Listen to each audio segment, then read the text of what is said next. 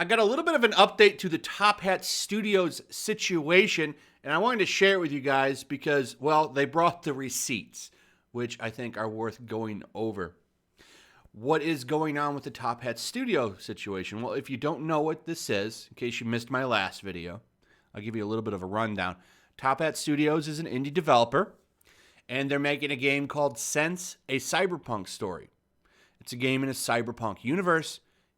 I think a lot of people are now exposed to what that is now thanks to Cyberpunk 2077. They're making a game with a similar aesthetic. They're completely different games, though. They're nothing alike, but the aesthetic is there. Not a bad little game. I've been playing around with it on Steam. But basically, they came out and said, our commitment to our audience and to developers is we will never infringe on creative freedom or expression. Now, why are they releasing this? Well, they're releasing a port of their game to Switch, which Nintendo doesn't censor anybody. They've been pretty good about not censoring anybody. They released this long statement, and I read it in the last video, so I'm not going to read it again. But basically, the TLDR here is, hey, NPC Twitter Puritan weirdos, get effed, giant middle finger. The game's 18 years old. Don't play it if you don't like it. I loved seeing that. I thought this was a beautiful statement. And I wish more companies would do this, right? I wish more companies would stand up to the weirdos that try to get them to bend the knee. And it's funny, there's even stuff in the video game where they're like, yeah, these people, they don't actually buy things. They don't put their money where their mouth is. They just destroy things. And I thought that was funny. So they seem to not really like NPC Puritans. And I appreciate that. I do appreciate that. Now, here's the thing. A lot of these, hand air quotations, journalists are calling them out and saying, oh, I don't see anything. I didn't see anybody that was disappointed with this game. What are you talking about? So they actually did something a lot of other people don't do. They dropped the receipts. And boy, oh boy, is there a lot of them. It's a 1 through 5 thread.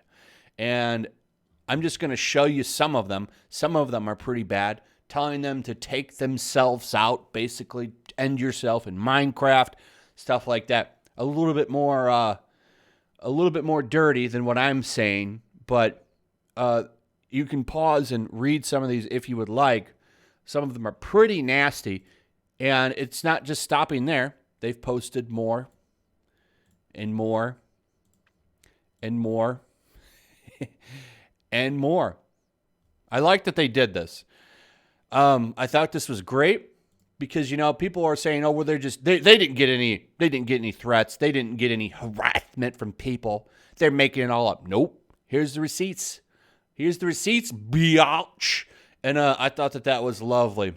We originally did not want to make this post as to not accidentally incite a search for these posters and cause further fights. However, as there are now industry adjacent people slandering and gaslighting us as liars, we've compiled a sampling from Twitter, Facebook, and email. Skepticism is healthy in this industry, but it is not universally applied. Not only were many of these comments actively findable in 10 seconds to verify, but many curious individuals seem to have vetted interest in slandering us as liars because of their connections. We don't blame people for being skeptical, but keep this energy towards other claims. This isn't a marketing campaign. The game was released 5 months ago originally. This was a preemptive response to what we saw as a rising, ridiculous spread of lies and slurs aimed at us. We can play semantics, but if you can't understand why a response to such is needed, you're being willfully obtuse. We couldn't let false, hateful info spread, and also wanted to reinforce our stance against creative infringement. It certainly got bigger than we expected. With that said, we appreciate sincerely the overwhelming support. Really, as we said, we didn't want to make this post, but we aren't going to allow people to spread lies, no less than those with a vetted interest in calling us liars. We aren't changing Sense's content. And I thought that was a great statement. I'm expecting hit pieces this week, probably Kotaku, Polygon for sure. And it'll be interesting to see if they actually include this, because a lot of the times they'll leave this out. Oops, just forgot it. The old journals.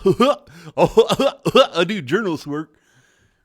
We're a bunch of clowns. So we'll see. They actually might not make hit pieces because they dropped all of these DMs. But I was expecting a couple, and I still am expecting a couple, because you know how it is.